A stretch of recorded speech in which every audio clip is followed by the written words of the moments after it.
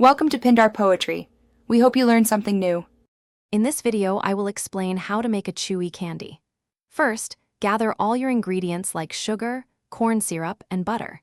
Make sure your measurements are precise, as this is key for the perfect texture. Prepare your workspace by lining a baking sheet with parchment paper and having a reliable candy thermometer ready. This initial setup ensures a smooth candy-making process from start to finish. Now, let's get cooking. Combine your sugar, corn syrup, and butter in a heavy-bottomed saucepan. Place it over medium heat, stirring continuously until all the sugar crystals have completely dissolved.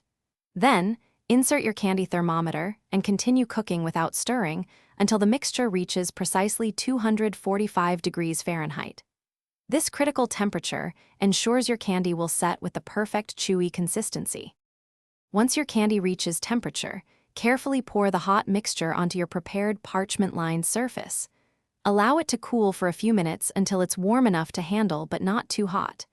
This is the perfect time to add your desired flavorings and a few drops of food coloring. Now, the fun begins.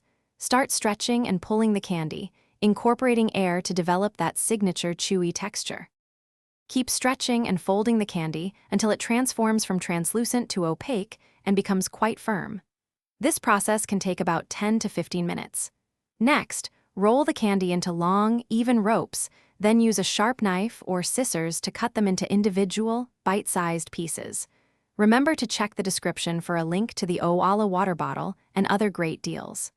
Finally, wrap each delicious chewy candy individually in wax paper or cellophane to prevent them from sticking together, keeping them fresh and ready to enjoy.